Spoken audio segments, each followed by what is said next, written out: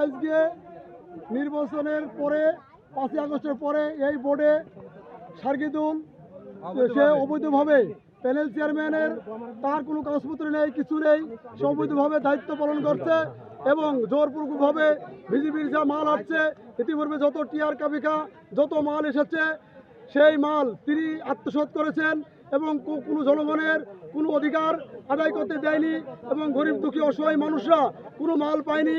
তাই আমরা রায়পুর ইউনিয়ন বিএনপির পক্ষ থেকে আমরা এই গরিব দুঃখী অসহায় মানুষের এই মাল সঠিকভাবে মানুষের তাদের পৌঁছে দেওয়ার জন্য আমরা এই মাল ওদেরকে খেতে দেব না, এই মাল আত্মসাৎ করতে দেব না।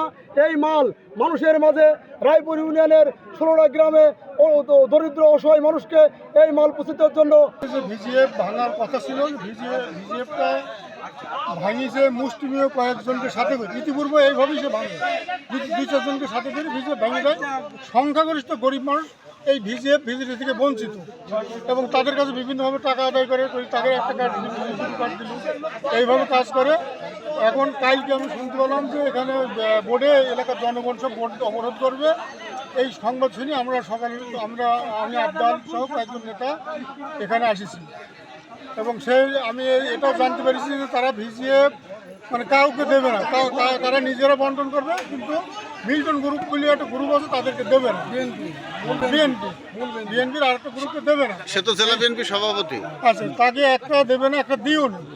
আমি তার কাছে লোক মাধ্যমে বারবার অনুরোধ করেছি যে এটা গরিবের হক, গরিব পাক, গরিবের হক নিয়ে তোমরা কেউ মারামারি কাটা। দেখবেন যে এর ক্যাম্পের আইসি উনি কিন্তু ওই পক্ষের সঙ্গে কথা বলেছেন, আমাদের সঙ্গে কথা বলেছেন যে আপনারা 10 মিনিট অপেক্ষা করেন। তারা যেহেতু 5 মিনিট সময় নিয়েছে, এই তৃতীয় পক্ষের একটা জায়গায় বসে এর সুষ্ঠু সমাধানের ব্যবস্থা হবে। আমরাও সেই প্রস্তাবে রাজি হয়েছি, কিন্তু দেখছি গড়িমসি করে ইউনিয়নের সাধারণ মানুষকে বঞ্চিত করা যাবে না।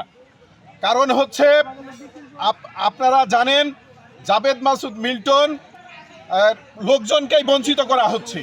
আমরা এর প্রতিবাদ করব, এর আইনানুগ যেখানে যে সুরাহা হবে আমরা সেই সুরাহা করার জন্য আমরা সব সময় প্রস্তুত আছি।